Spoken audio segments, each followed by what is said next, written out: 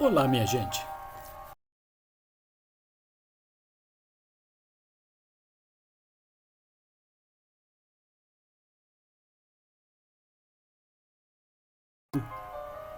E o nosso presidente é o pastor apóstolo José Antônio de Castro. Nossos endereços aqui no Brasil são os seguintes: Avenida Presidente Tancredo Neves, número 288, bairro Vista Alegre, município de Barra Mansa, estado do Rio de Janeiro. Em Quatis, no centro de Quatis, Rua Delfim Frois, número 55. Também Quatis, no distrito de Falcão, Rua Major Carvalho, número 154. Em Barra Mansa, bairro Mangueira, temos provisoriamente a nossa sede, Rua Manuel Martins, número 35. Em Volta Redonda, Rua Belém, número 347, bairro Santo Agostinho, bem próximo ao Colégio Municipal Jaime Martins. Em Porto Real, Rua 9, número 164, bairro Freitas Soares, na entrada da cidade, bem em frente ao CRAS. Em Valença, distrito de Santa Isabel do Rio Preto, Rua Rodovia, número 20.934, próximo à Torre. Em Pinheiral, quilômetro 5, Rua Benjamin Constant, número 3.900. E no estado de Minas Gerais, em Santa Rita de Jacutinga, Centro, Rua Governador Valadares, número 350, bem em frente à Praça Society, a Praça da Estação.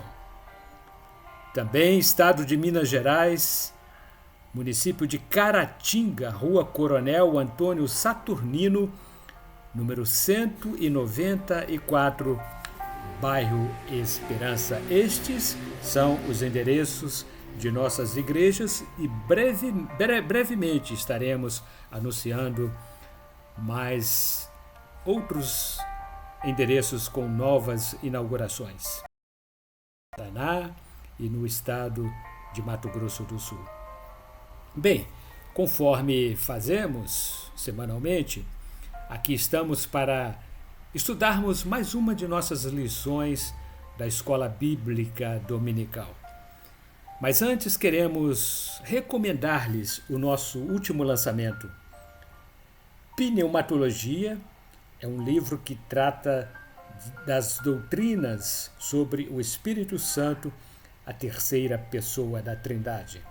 São 160 páginas, livro impresso pela Literis Editora. Vocês poderão adquiri-lo no site da Literis ou em qualquer um dos endereços de nossas igrejas elencados aqui. E este é o nosso manual de estudos, Ebenezer Dominical. É a nossa revista da Escola Bíblica Dominical. Lançamento também do nosso Ministério Missão Europa. E estamos neste trimestre, iniciando hoje o mês de junho, sobre missiologia. O nosso comentarista é o nosso presidente, apóstolo José Antônio de Castro. Missiologia e evangelismo. Trata-se de uma tarefa delegada por Jesus Cristo à sua igreja dos últimos tempos e que se tem tornado num grande desafio. Hoje, primeiro domingo do mês de junho, estaremos falando sobre a lição número 9 e a temática é os grandes erros na perspectiva do evangelismo pessoal. O texto áureo encontra-se no Evangelho de Jesus Cristo, segundo escreveu Mateus, capítulo 22, versículo número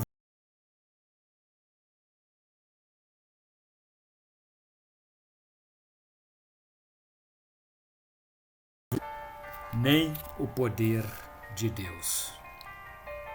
Verdade aplicada.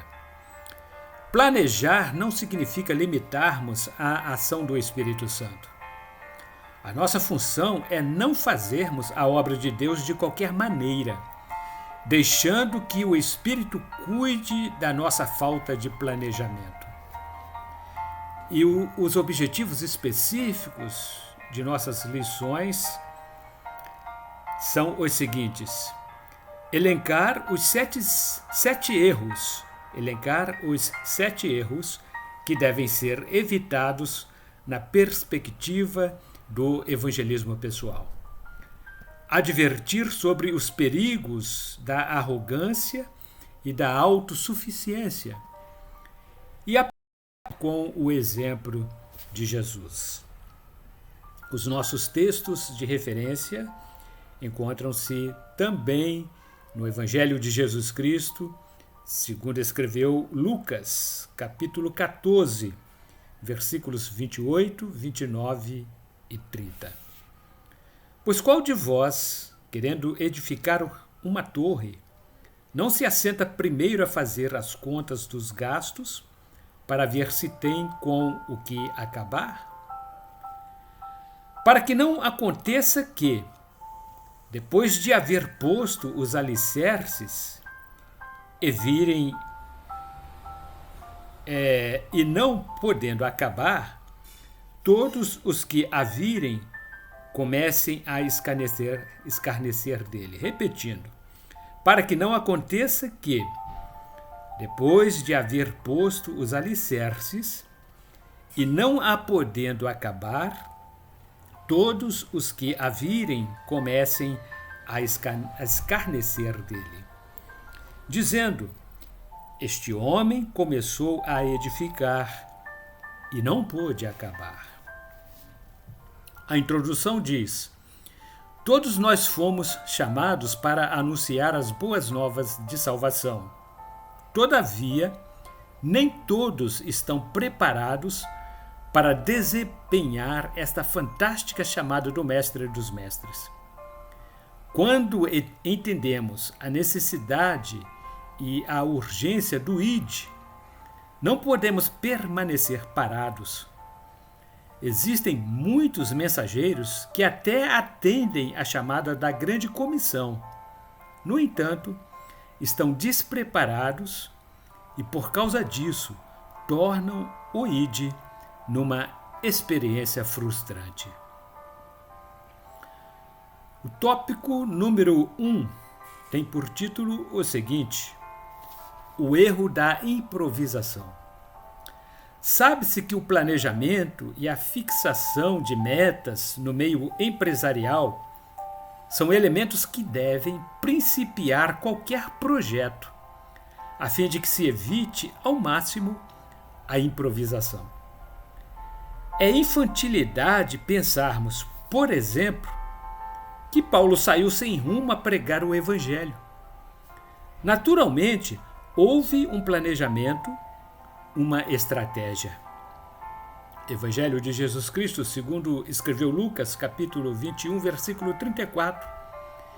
E olhai por vós, não aconteça que os vossos corações se carreguem de glutonaria, de embriaguez e dos cuidados da vida, e venha sobre vós de improviso aquele dia.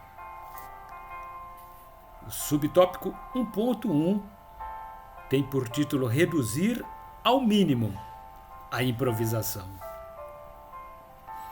A improvisação deve ser reduzida ao mínimo. Convém atentarmos para a seguinte verdade: trabalhar com planejamento não significa limitarmos a ação do Espírito Santo. Ele age quando quer e como quer. O nosso dever é não executarmos o trabalho relaxadamente, jogando a nossa responsabilidade para o Espírito Santo, achando que ele deve cuidar da nossa falta de planejamento. Coloquemos em prática a nossa teologia sobre o poder do Espírito Santo. Acreditamos que ele age também quando planejamos? Se a nossa resposta for positiva, então rejeitemos a improvisação. Evangelho de Jesus Cristo, segundo escreveu Marcos, capítulo 13, versículo 36. Para que, vindo de improviso, não vos ache dormindo. Subtópico 1.2. O erro da impaciência. O evangelista que desejar ver resultados imediatos do seu trabalho e querer ter o pleno controle da obra de evangelização, precisa saber que o dono da obra é Deus.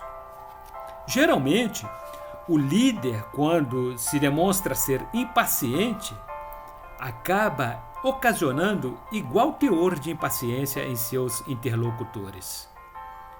A impaciência costuma ocorrer quando a liderança deixa o erro da improvisação criar raízes. Salomão, escrevendo em seu livro de Provérbios, capítulo 14, versículo 29, disse: "O longânime é grande em entendimento, mas o que é de espírito impaciente mostra a sua loucura." Subtópico 1.3. O erro da ingenuidade. Não devemos expor, de imediato, todos os nossos trunfos. Há necessidade de sondar, medir as palavras, procurar conhecer melhor os anseios das pessoas, suas virtudes e fraquezas. O mestre dos mestres é o nosso maior exemplo a respeito deste assunto. Antes de escolher os seus discípulos, é possível que já viesse observando-os, pelo menos por volta de 1 ano. Ainda que a Bíblia não nos forneça detalhes específicos, sem dúvida, Jesus dedicou um bom tempo observando os seus líderes, ou melhor, os seus liderados, observando o comportamento deles em público e suas relações uns com os outros, para depois selecionar os 12 apóstolos. O profeta Oséias, capítulo 7, versículo 11. Porque Efraim é como uma pomba ingênua, sem entendimento. Invocam o Egito, vão para a Assíria. Tópico número 2. O erro da arrogância. A arrogância e a autossuficiência transmitem uma horrível impressão do sabe-tudo. E isso tem sido um grande empecilho à evangelização eficaz. O bom evangelista é aquele que se caracteriza, dentre outras virtudes, pela conjugação da humildade, suficiência moderada e a cativante impressão de que está bem disposto a ouvir o que o incrédulo tem a dizer. Não é pelo muito falar que seremos ouvidos. Não somos os melhores cidadãos pelo simples fato de sermos crentes. Há cidadãos dignos que pagam seus impostos em dia e que vivem uma vida familiar saudável. Há muitos profissionais liberais que são verdadeiros cumpridores dos seus deveres. Todos merecem respeito e consideração. Ainda Salomão, em seu livro de Provérbios, capítulo 8, versículo 13. O temor do Senhor é odiar o mal. A soberba e a arrogância, o mau caminho e a boca perversa eu odeio. Subtópico 2.1. O erro da precipitação. O evangelista precipitado, que não sabe ser sensível às boas oportunidades, revela suas fraquezas e estimula mais as controvérsias do que uma agradável exposição da palavra de Deus. Livro de Jó, capítulo 5, versículo 13. Ele apanha os sábios na sua própria astúcia e o conselho dos perversos se precipita. Subtópico 2.2. O erro da desatenção. No evangelismo, a nossa desatenção com o texto e com o contexto, e especialmente com as pessoas, acaba gerando prejuízos incalculáveis para o crescimento do reino de Deus. É por isso que defendemos que o evangelista eficiente é aquele que promove o fatos em suas conversas, ou seja, ele promove a afeição, onde a intenção e o interesse pelo próximo serão genuínos, indo muito além das palavras. Livro de Jó, capítulo 13, versículo 17.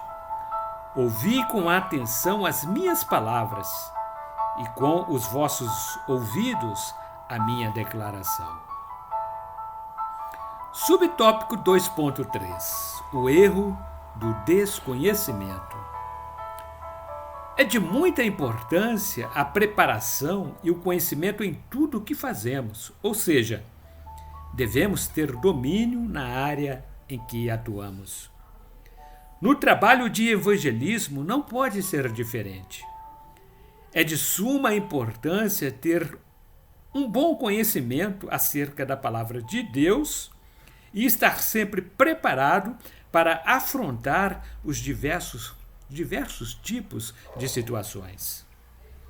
Na evangelização, lidamos com pessoas, cada uma é diferente da outra, com seus diversos problemas, maneiras de pensar diferentes, comportamentos diferenciados e etc. É costume nos depararmos com evangelistas despreparados, com ideia errônea de que o Espírito Santo é o responsável para preparar tudo, antes assim fosse, pois ele não precisaria da nossa instrumentalidade. O livro do profeta Oséias, capítulo 4, versículo 6, diz assim: O meu povo foi destruído porque lhe faltou o conhecimento. Porque tu rejeitaste o conhecimento, também eu te rejeitarei, para que não sejas sacerdote diante de mim. E, visto que te esqueceste da lei do teu Deus, também eu me esquecerei de teus filhos. Tópico número 3. O erro da falta de autenticidade. Ser autêntico é a chave para a eficácia de um grupo de evangelismo. Geralmente, as pessoas não permanecerão por muito tempo com membros que não são genuínos uns com os outros. Ser capaz de confessar e admitir erros é melhor do que tentar projetar uma imagem não autêntica. Devemos aprender a ser humilde o bastante, como Jesus ensinou, e solicitar ajuda quando tudo parece difícil e não tentarmos resolver os problemas sozinhos. A harmonia está diretamente ligada ao grau de liberdade que as pessoas mantêm entre si.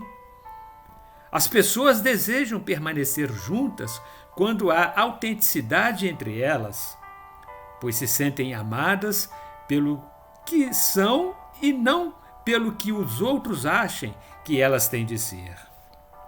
Salomão, escrevendo em seu livro de Provérbios, capítulo 2, versículo 7, assim se expressou: Ele reserva a verdadeira sabedoria para os retos, escudo é para os que caminham na sinceridade. Subtópico 3.1. O erro da falta de flexibilidade. Nenhum crescimento do ser humano ocorre sempre no sentido de linha reta.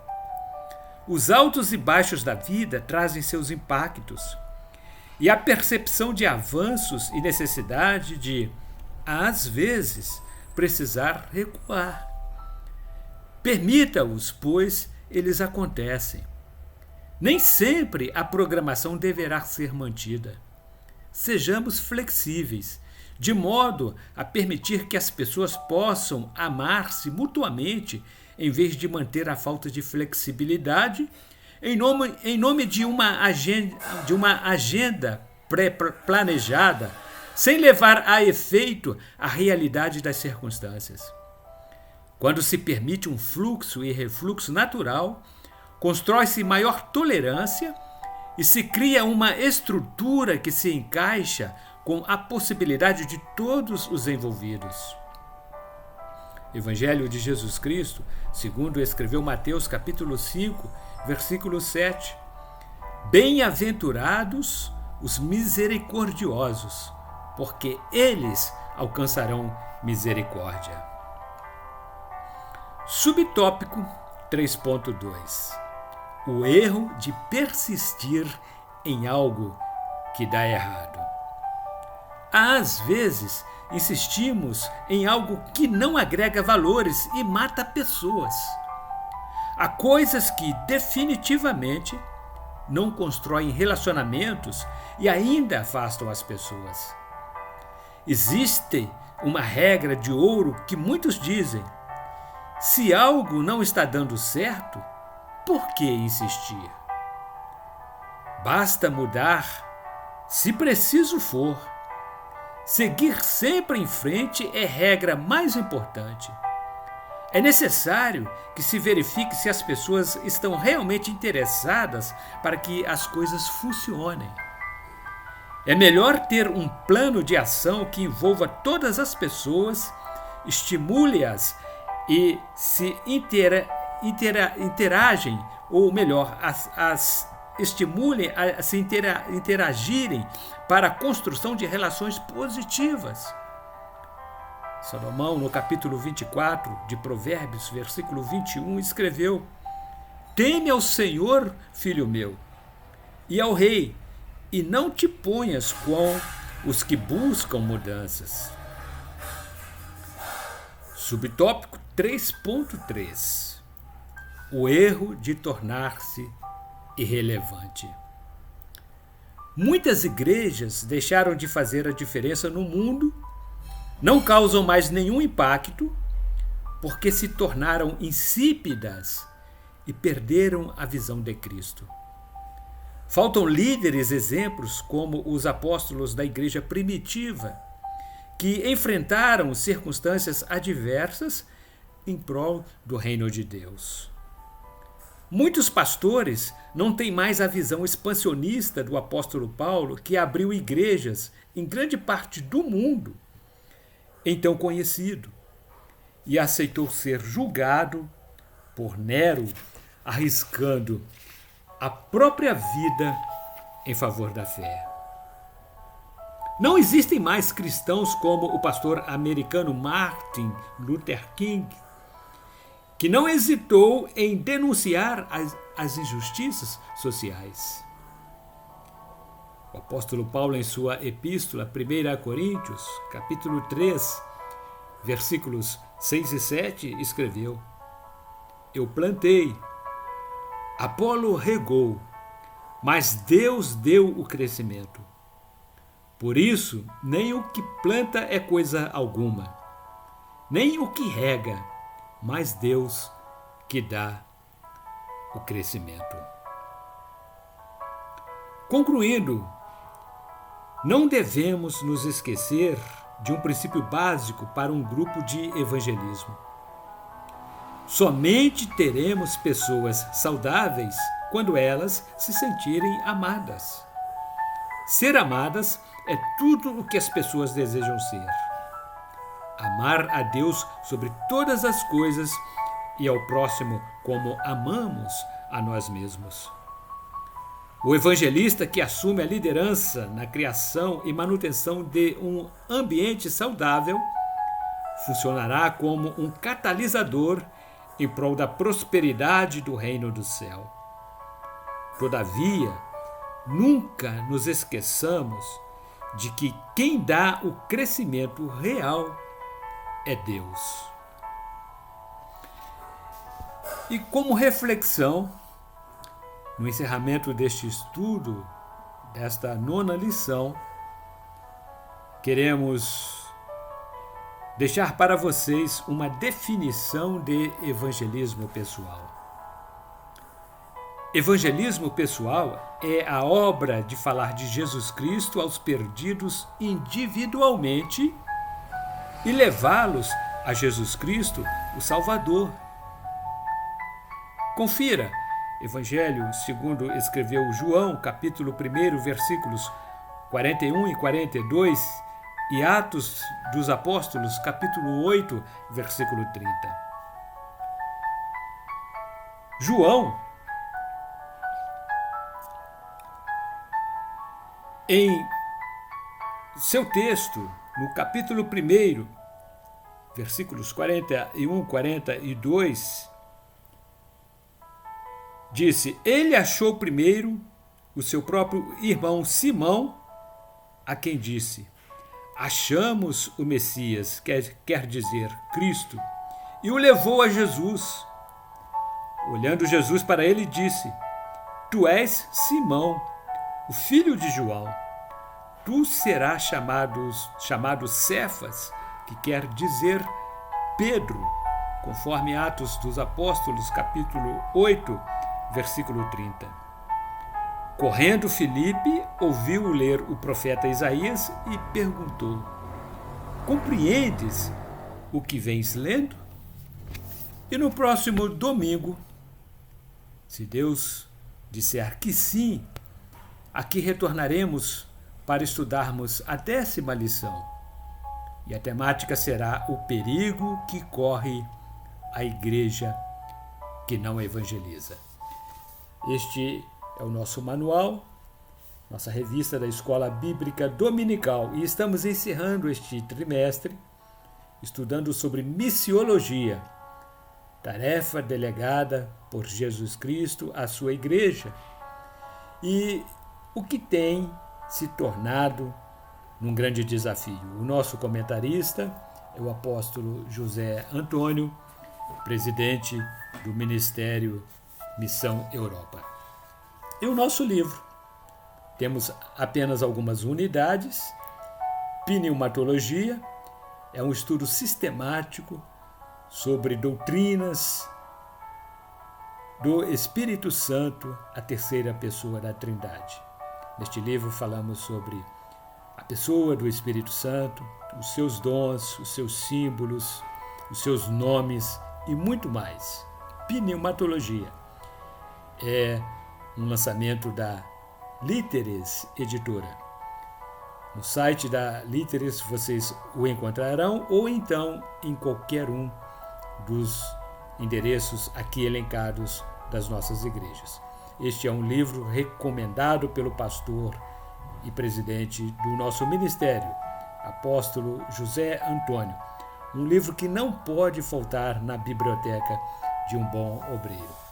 Disse assim o nosso pastor: o profeta Oséias registrou em seu livro, capítulo 4, versículo 3, que o povo perecia por falta de conhecimento. Este novo lançamento trará luz para todos os que quiserem conhecer um pouco mais do Senhor, nosso Deus. Lamentavelmente, muitos cristãos não entendem que é impossível conhecer a Deus sem tomar ou ter consciência do Espírito Santo e seus atributos. Jesus deixou bem claro este argumento nos capítulos 14 a 17 do Evangelho de Cristo, segundo escreveu João. Pastor José Antônio de Castro, presidente da Convenção Internacional do Ministério Missão Europa e pastor presidente das Assembleias de Deus deste ministério na Europa e no Brasil. Pneumatologia é um lançamento para edificação espiritual dos nossos irmãos, dos nossos leitores e também para amplificação dos nossos conhecimentos a respeito da palavra. Até a próxima semana, se Deus assim nos permitir, aqui retornaremos. Bons estudos para todos vocês.